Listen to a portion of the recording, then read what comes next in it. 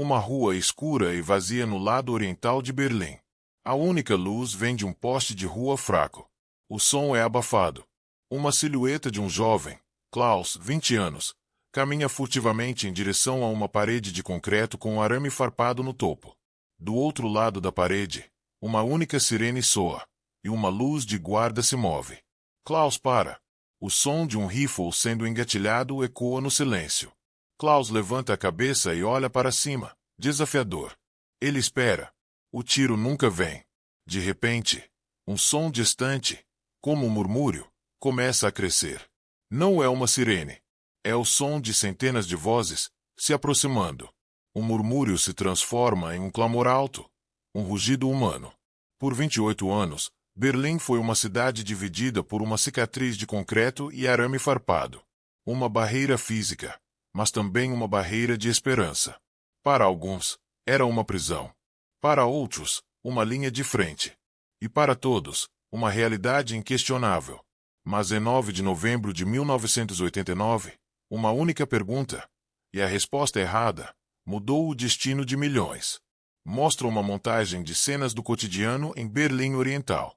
Uma idosa, Helga, 70 anos, olha pela janela para o muro. Seus olhos estão cheios de uma tristeza profunda.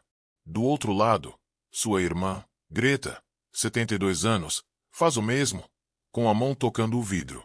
Eles parecem distantes, separados por um oceano invisível. Klaus, o jovem, está em seu pequeno apartamento, rabiscando a palavra liberdade em um caderno. Do lado de fora, vemos o muro através de sua janela.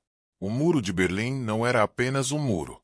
Era uma separação de famílias, de amigos, de sonhos. Helga, no leste, vivia com a memória de um passado. Sua irmã, Greta, no oeste, vivia com a dor de um presente. Para eles, a esperança era uma memória distante. Um oficial da Stasi, a polícia secreta, Frank, 45 anos, olha para um arquivo com a foto de Klaus. Ele solta um suspiro pesado, seu rosto mostra cansaço e desilusão. E havia aqueles que viviam dentro do sistema. Homens como Frank, que juraram proteger o muro. Mas a fé no sistema estava desmoronando, tijolo por tijolo. Mostra imagens de protestos em outras cidades da Alemanha Oriental, com milhares de pessoas nas ruas. Cartazes pedem por liberdade e reforma. A TV mostra as imagens. Frank assiste, e um colega, mais jovem, murmura. Eles não vão parar, Frank. A cortina está caindo. A cortina está de pé. E nós a protegemos. É o nosso dever. Klaus e seus amigos se reúnem em um porão, ouvindo rádio. A voz de um radialista do Ocidente fala sobre as reformas na Hungria e na Polônia. Eles comemoram em silêncio. Klaus se inspira. A revolução começou. Não será com armas. Será com vozes. Helga recebe uma carta de sua irmã Greta. A carta tem uma mensagem codificada. A primavera está chegando, Helga. O ar está mudando. Sinta o cheiro da esperança. Uma sala de conferências em Berlim Oriental, na noite de 9 de novembro. Um porta-voz do governo, Günther Schabowski, lê uma nota em voz monótona. Ele fala sobre novas regras de viagem. Um jornalista levanta a mão e pergunta quando as regras entrarão em vigor. Schabowski hesita. Ele procura a resposta nas anotações, mas não a encontra. Ele improvisa. Pelo que sei, imediatamente, sem demora. As câmeras de televisão flasham. Os jornalistas gritam perguntas. O caos começa. Uma frase. Uma única frase, dita por engano, sem querer, mudou a história para sempre. A notícia se espalhou como um incêndio. Não pelo rádio do governo, mas pelo rádio do Ocidente. Klaus ouve a notícia em seu rádio. Ele congela. Seus olhos se arregalam de incredulidade. Ele começa a rir. Uma risada nervosa, cheia de euforia. Helga, assistindo à TV, aperta a mão no peito. Suas lágrimas escorrem. Ela não consegue acreditar. Milhares de pessoas convergem para a fronteira. A cena é de um rio humano, um mar de rostos esperançosos e ansiosos. Frank está em seu posto de guarda, de pé, olhando para a multidão. O comandante do posto, um homem mais velho, parece petrificado. O que faremos, Frank?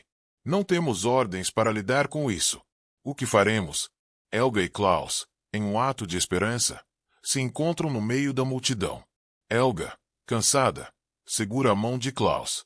Ele a guia. Estamos quase lá, Helga. Estamos quase lá. Frank olha para a multidão. Ele vê uma mulher idosa, cansada, mas com esperança no rosto. Ele vê a dor e o medo em seus olhos, mas também uma faísca de vida. A câmera se aproxima do rosto de Helga e depois do rosto de Frank. Ele a olha, e ele a reconhece. Ela se parece com a mãe dele, com a tia dele. Ele percebe que a barreira que ele defendeu por tanto tempo não era apenas um muro de pedra, mas um muro de dor. Aquele era o momento da escolha. A barreira de concreto contra a barreira do coração. A ordem fria contra o desejo humano. O comandante grita, confuso. Abrir fogo. Com a mão no rifle, fecha os olhos. Por um momento, tudo para. Ele abre os olhos novamente e olha para a multidão. Ele nega com a cabeça para o comandante. O comandante entende. Ele levanta a mão e sinaliza. O som de trancas e correntes se quebrando. O portão se abre. A multidão irrompe no outro lado. O som de aplausos, gritos, abraços. Lágrimas de alegria. Helga e Klaus se movem através da multidão, e Helga encontra Greta do outro lado. Elas se abraçam, uma cena de pura emoção.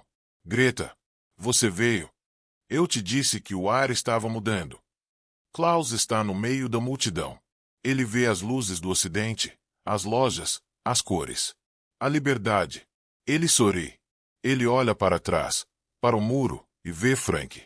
Frank o vê de volta, apenas por um segundo, e depois se vira e caminha para o lado. O muro caiu não por um exército, mas por uma pergunta e 1 milhão de vozes. E naqueles dias, Berlim foi reconstruída. Não com tijolos, mas com abraços, com canções, com lágrimas de alegria. O muro não foi apenas derrubado. Ele foi desmantelado por pessoas que queriam, desesperadamente, voltar para casa. A câmera mostra as pessoas derrubando o muro, pedaço por pedaço. Cenas de felicidade e celebração. Uma única peça do muro é mostrada, com o grafite de uma flor. A imagem se torna borrada e depois desaparece lentamente.